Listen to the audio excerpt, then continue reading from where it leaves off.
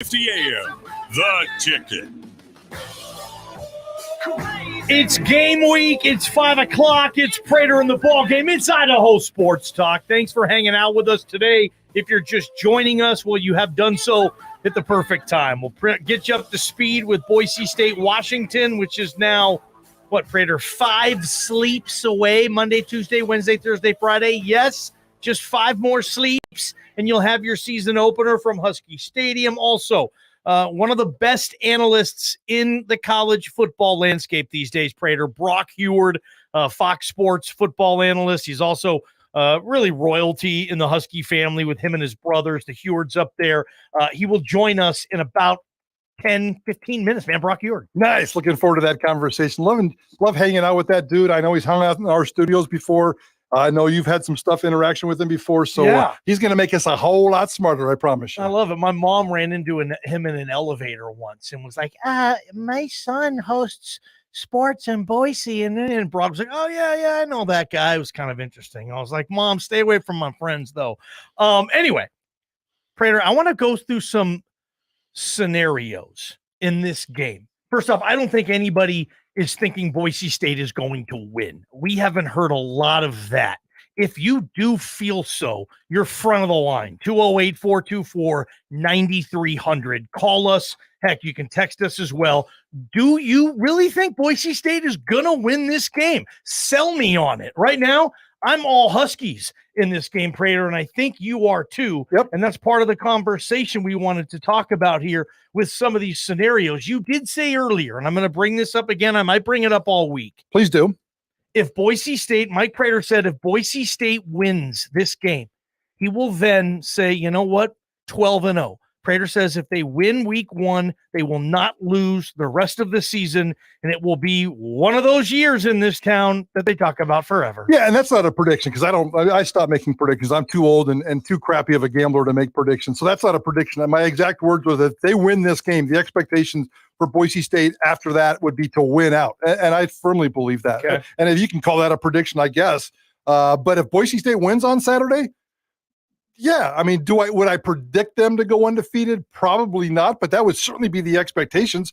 You know, if they can beat a top 10 team in Seattle in that environment, who else on their schedule is going to be intimidating? I mean, a Big 12 team is coming into town, if you really want to call it that.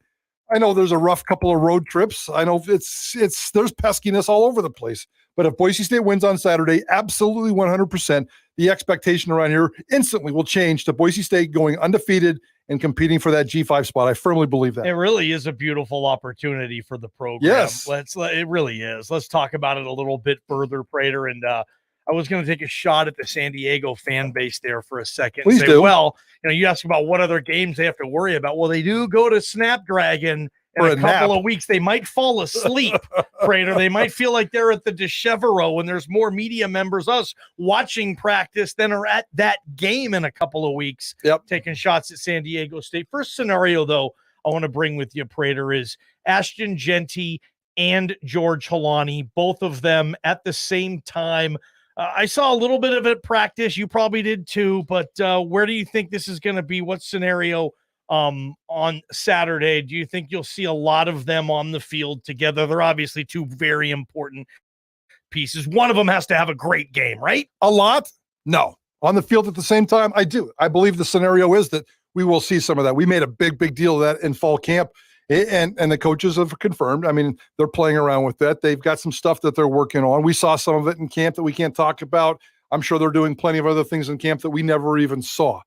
I do expect them to be in the backfield together. I don't know if it's going to lead to the razzle dazzle. I don't know if it's going to be sexy. I don't know if it's going to be juicy. I just don't know if one of them is going to be in there to block. They're both pretty good blockers. They both can catch the ball. Maybe it's a fake handoff and one of the guys goes out. I think Jeanty could line up in the slot and give Steph Cobbs a little bit of a relief there. And certainly George Holani can catch the ball coming out of the backfield. George Holani is also your starting punt returner, guys, at least on the depth chart that was released today. So that's going to take away some carries. If he busts a big one and needs a gasser, I would imagine Ashton Jeanty comes in and takes his spot at running back. It's going to be a very fluid back and forth between those two guys.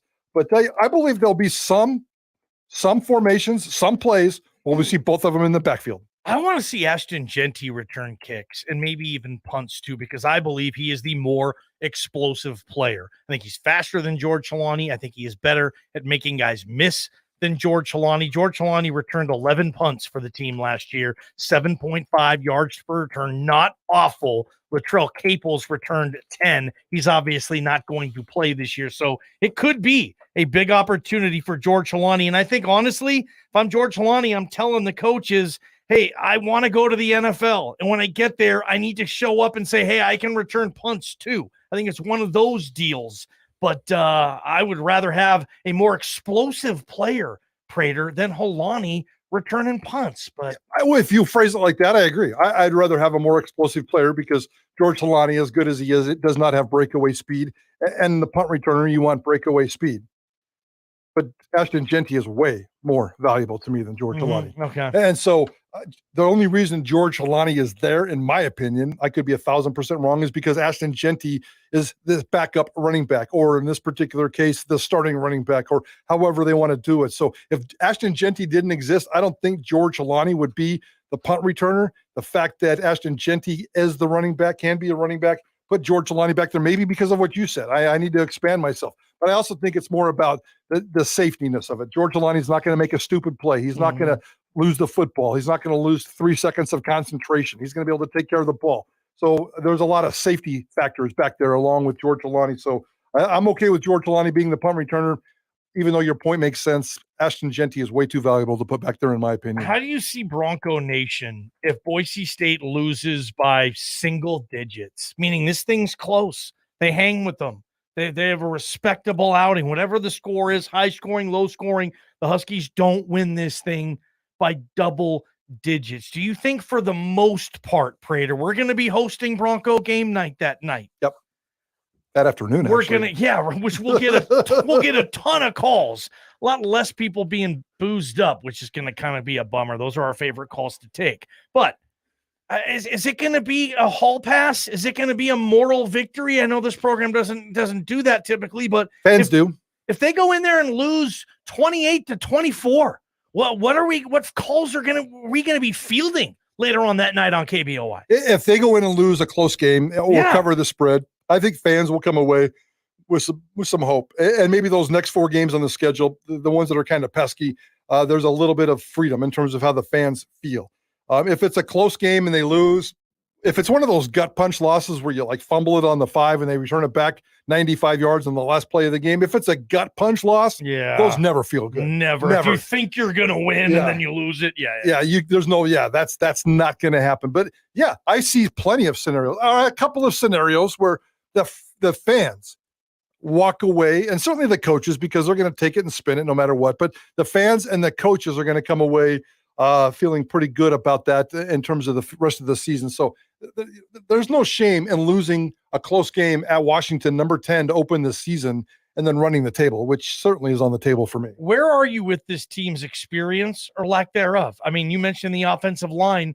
You have basically 3 5th or 6th year seniors, and then you have 2 freshmen. So I don't want to sit here and say it's an experienced O-line, because 40% of it will be making its first start.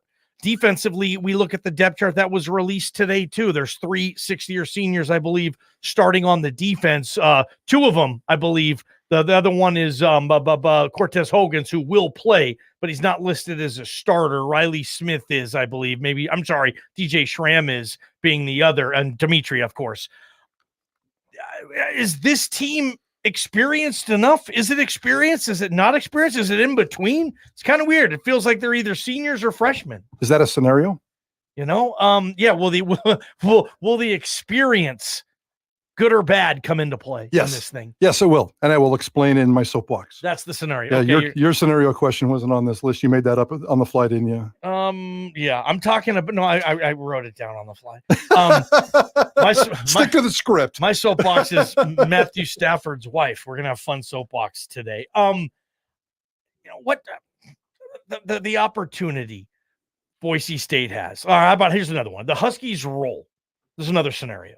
And the game is over at halftime, Prater, and everybody's down in the dumps, maybe even turning the station off. Yep. How much does that change the mindset going into UCF at home? I'm saying 42-7. Prater, they get murder faced. Don't see it happening, and I don't think you do either. I know you don't. But yeah, I don't think we'd be shocked. Certain things like that could happen. That would be devastating. That would affect the crowd next week. That would affect season ticket sales. You know, I'm sure Jeremiah Dickey would like to get 200 or 300. If Boise State wins at Washington, the season ticket phones will light up immediately. If they get murder face like you said, fire them all, because you won't need. I'm talking about the call takers, because you won't need a single phone call in terms of additional season ticket sales. Fire them. It could be 3,000.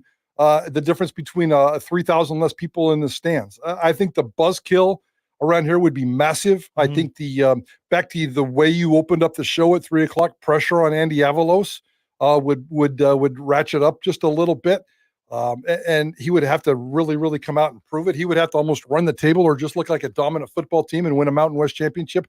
That would be a devastating scenario around your ball game. Is this fan base going to be okay if they do struggle mightily in the non-con? Say they lose to Washington, UCF, and Memphis, but win every other game on their schedule. So they're 9-3, which would mean they're going into the Mountain West championship game with a 9-3 record, but they got smoked by UCF, Washington, and Memphis. How are the fans going to treat that one? Yeah, so season, kind of like last year. All right, 10-4 that will never be. It's a 10-4 season that will never be celebrated. Yeah, good point. Brock Heward, Fox Sports. What does he think is going to happen? Is this game going to be close? What does he think? How will Husky fans react if Boise State does go up there and beat them? Don't miss this segment. Brock Heward hops on Idaho Sports Talk. When we come back, he's Prater. I'm Johnny. Idaho Sports Talk, KTIK, The Ticket. From the Beacon Plumbing Traffic Studios, this is Ticket Traffic. Do you have a crash